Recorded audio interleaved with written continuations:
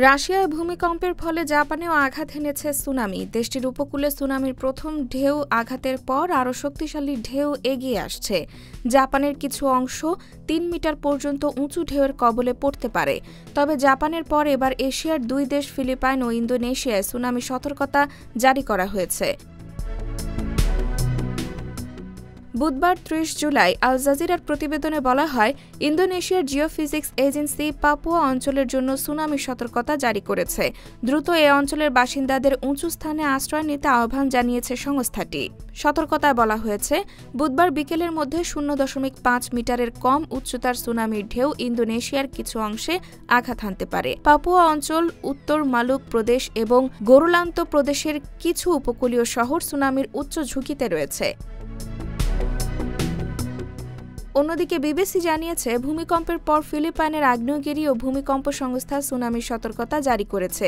সতর্কতায় বলা হয়েছে, বুধবার বিকেলে ১ মিটারের কম সুনামির ঢেউ উপকূলে আছড়ে পড়তে পারে।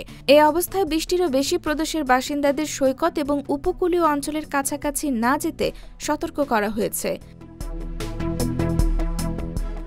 এর আগে বুধবার রাশিয়ার সুদূর পূর্ব ক্যামচাটকা উপদ্বীপে ৮.৭ মাত্রার ভূমিকম্প আঘাত হেনেছে।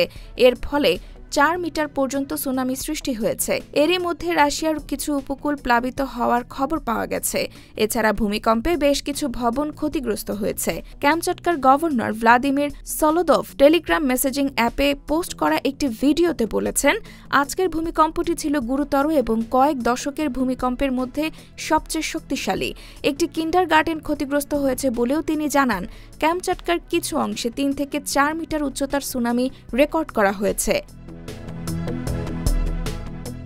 এদিকে ৮.৮ মাত্রার ওই ভূমিকম্পের পর পেরু, ইকুয়েডরের কাছে অবস্থিত গ্যালাপাগোস দ্বীপপুঞ্জ ও পূর্ব চীনের কিছু অংশেও সুনামি সতর্কতা জারি করা হয়েছে। IBTV USA, new York.